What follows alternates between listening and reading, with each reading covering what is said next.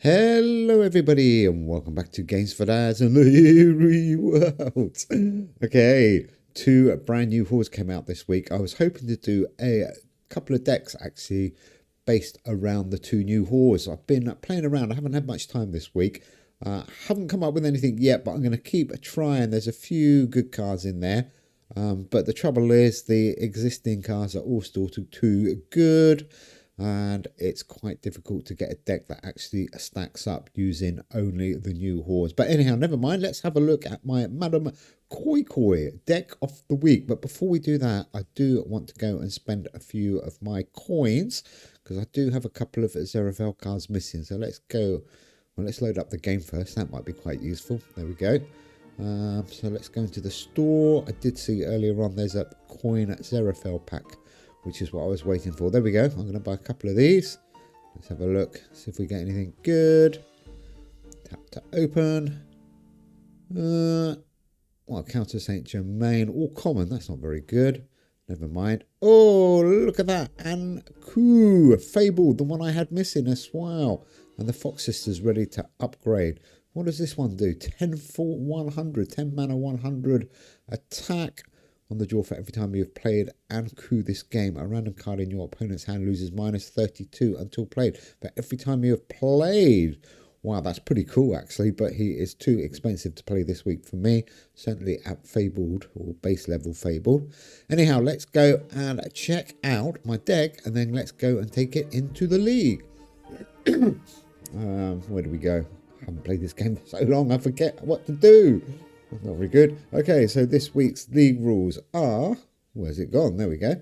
This league's League 34. Only 4 days left. Wow, I need to pull my finger out a little bit. Blue Ribbon, 20 Alliance boost. Zeraphel, the Purplies, 20 Alliance boost. Starting mana 21, which is really generous. Trouble is 21 per turn and a maximum of 21 and a minimum of 21. I don't really like it maximum, but never mind. It is what it is. So, Madam Koi Koi, let's go and check out this deck. The wild card, no surprise, really. Everybody should be playing Black Forest, pretty much. This deck, actually, by the way, before I go through it, puts a lot of pressure on your opponent. And like I said, it's working quite well. Hasn't got enough of the new cards for my liking, but not much we can do about that at the moment. So on the start, your opponent's cards in hand that haven't been played this game cost +1 this turn. Their cards in hand that have been played at least once lose -3 attack permanently. And on the game start, for each upgraded card in your hand, your common Germanic cards, wherever they are, gain +3 until played. Not too worried about that last bit, but it's the start bit really.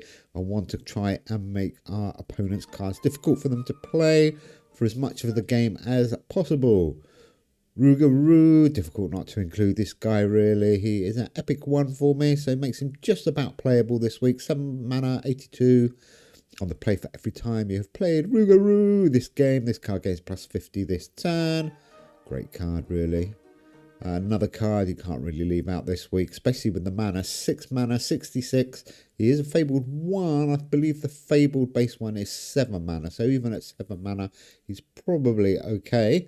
On the draw, for every time each card in your opponent's hand has been played this game, that card loses -20 until played. Pretty good. Just a normal Fabled Doctor. I don't really want to level up any more cards, to be honest, because it's better for everybody, certainly for the new players, that we play base cards in these games to see if they stack up. I know it is very much pay to play. A lot of people can't afford to buy all the packs and level up the cards. But anyhow, what am I talking about? 9 for 80. Play Doctor. On the draw, your opponent's cards in hand cost +1 mana until played.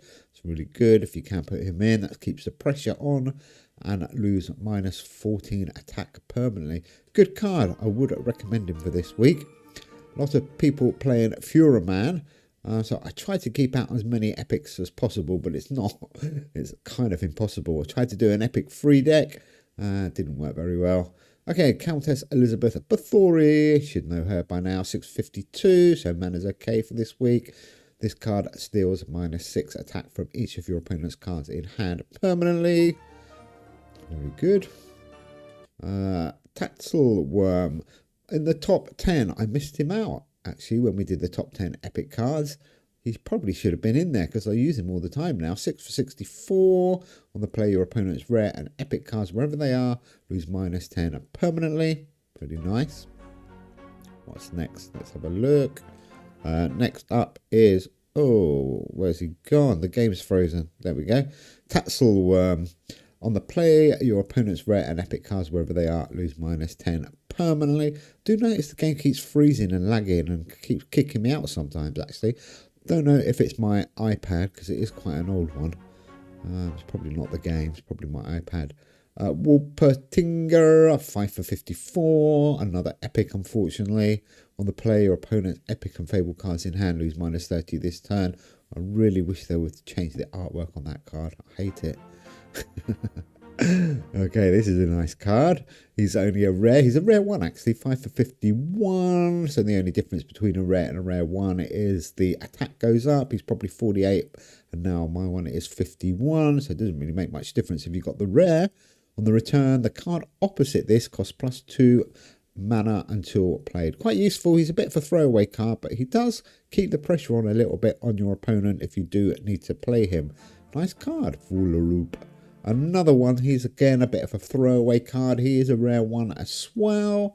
But again, the only difference would be on the attack. 5 mana, 47 attack.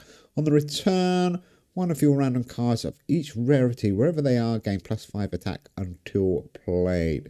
So he's pretty useful, actually. Like I said, he is a throwaway card, but he is quite cheap mana. It will help you keep your rotation going and hopefully playing 3 cards at a time.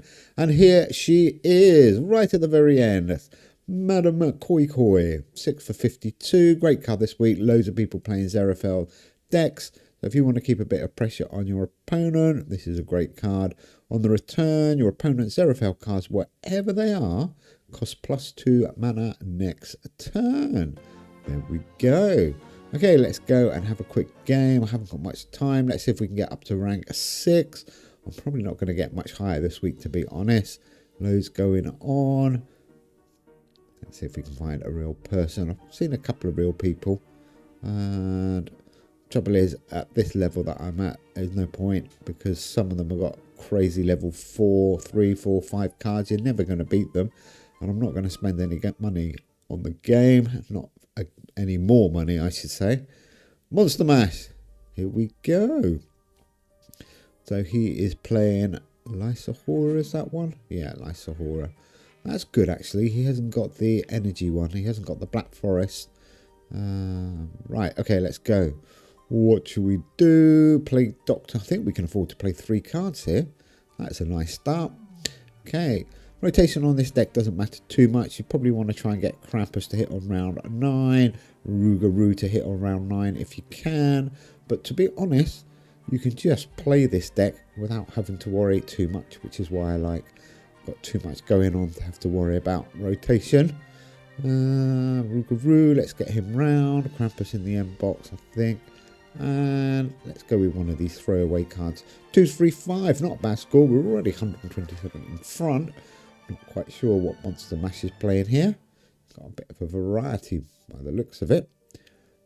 So yeah, the new Hordes, I was really quite excited about them, but actually I'm pretty disappointed with them, to be honest.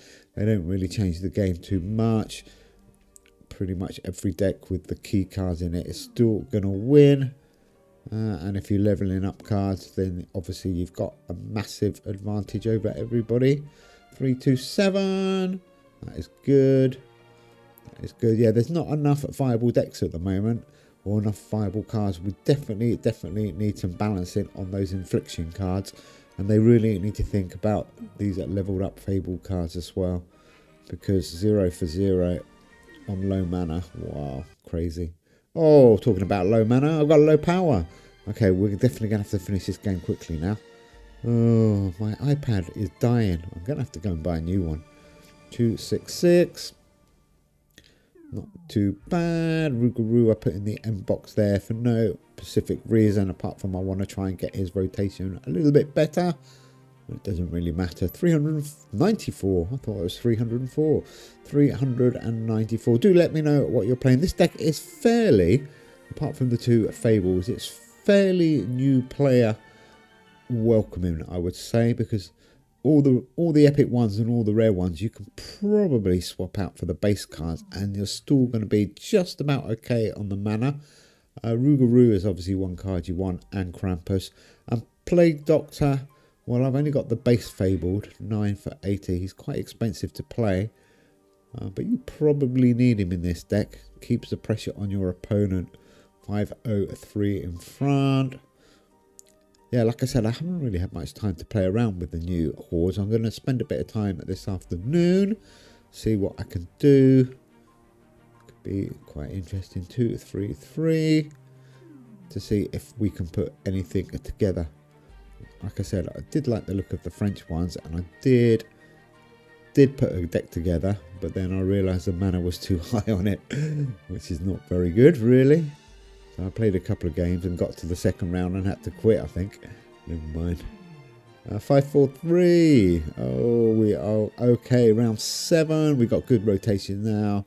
Rougarou and Krampus together. They're going to come on turn 9, which is what we want. Plague Doctor's kind of out the game. Although he's 9 for 94, we might need him at the end. You never know. We're just holding on. 305, 305 with his Shangu.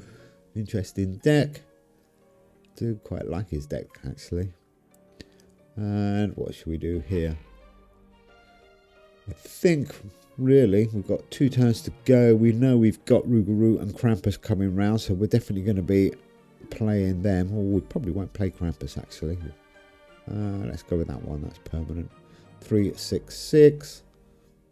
Yeah, not a bad deck at all, actually. I'm quite liking this one.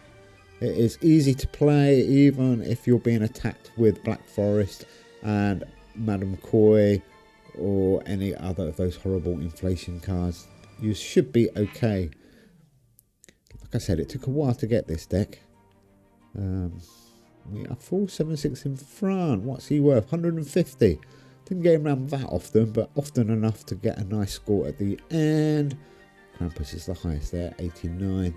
There we go, ladies and gentlemen. Well, as I said, I do hope to come back this week with a new Hordes deck, if it's possible. Do let me know in the comments below if you are playing any of the new Horde cards. Quite interesting to find out which cards are working and which cards are not. But anyhow, thanks for watching. Take care, guys. We will see you very soon in the Eerie worlds. Oh, I just got leveled up. That was pretty cool. Anyhow, thanks for watching. Take care. Bye.